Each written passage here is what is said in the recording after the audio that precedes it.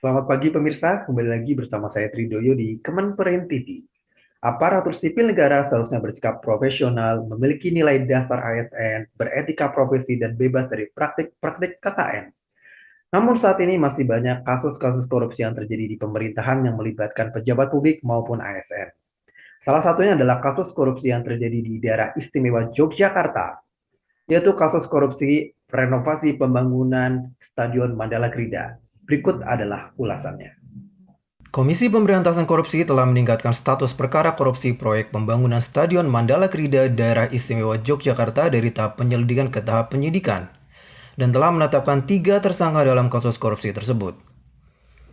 Kasus tersebut melibatkan salah satu pejabat negara atau aparatur sipil negara dan juga pengusaha. Ketiga tersangka tersebut adalah Edi Wahyudi sebagai Kepala Bidang Pendidikan Khusus Dinas Pendidikan, Pemuda dan Olahraga atau Disdikpora Daerah Istimewa Yogyakarta yang juga merupakan pejabat pembuat komitmen. Sugiharto selaku Direktur Utama PT Arsigrafi dan Heri Sukamto selaku Direktur Utama PT Permata Nirwana Nusantara dan PT Duta Mas Indah.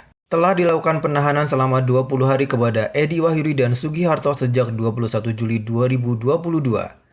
Saat ini Edi ditahan di rutan KPK pada Kafling C1 Gedung Anti-Corruption Learning Center dan Sugiharto ditahan pada rutan KPK Pomdam Jaya Guntur. Sedangkan Heri belum ditahan karena yang bersangkutan menolak pemanggilan KPK. Terkait hal tersebut akan dilakukan berbagai upaya termasuk penjemputan paksa oleh tim penyidik. Kasus bermula pada tahun 2012 saat Balai Pemuda dan Olahraga pada Dinas Pendidikan Pemuda dan Olahraga mengusulkan untuk dilakukan renovasi Stadion Mandala Krida. Kemudian usulan tersebut disetujui oleh Dinas Pendidikan Pemuda dan Olahraga Provinsi Daerah Istimewa Yogyakarta. Anggaran perbaikan dimasukkan ke dalam alokasi anggaran BPO untuk program peningkatan sarana dan prasarana olahraga. Edi selaku pejabat pembuat komitmen pada BPO Dinas Pendidikan Pemuda dan Olahraga DIY diduga telah melakukan penunjukan langsung kepada Sugiharto selaku Direktur Utama PT Arsigrafi untuk menyusun perencanaan proyek perbaikan stadion. Total anggaran yang dibutuhkan adalah senilai 135 miliar rupiah selama 5 tahun.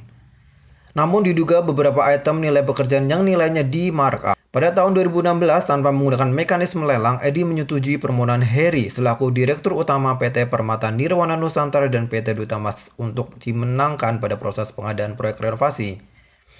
Selain itu, KPK juga menilai adanya pelanggaran di mana perusahaan yang dimiliki Heri tidak menggunakan pegawai resmi dan bersertifikat. Serangkaian kegiatan tersebut diduga telah melanggar ketentuan Peraturan Presiden Nomor 54 Tahun 2010 tentang pengadaan barang dan jasa dan perubahannya, yaitu Pasal 5 huruf F, Pasal 6 huruf C, G, dan H, dan Pasal 89 ayat 2. Akibat perbuatan tersangka, negara mengalami kerugian senilai 31,7 miliar rupiah. Kegiatan korupsi yang dilakukan oleh Kepala Bidang Pendidikan Khusus Dinas Pendidikan, Pemuda dan Olahraga Daerah Istimewa Yogyakarta merupakan suatu pelanggaran kode etik ASN yang seharusnya menjadi pedoman bagi ASN dalam menjalankan tugasnya sehari-hari. Selain itu, praktik korupsi tersebut juga merupakan cerminan kemerosotan integritas dan akuntabilitas pelayan publik.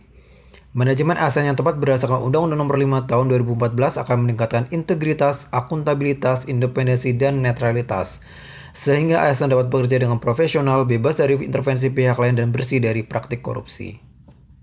Demikian informasi yang dapat kami sampaikan. Nantikan update informasi-informasi lainnya di Kemenperin TV. Saya Tridoyo dan segenap kru yang bertugas mengucapkan terima kasih atas perhatian Anda. Sampai jumpa.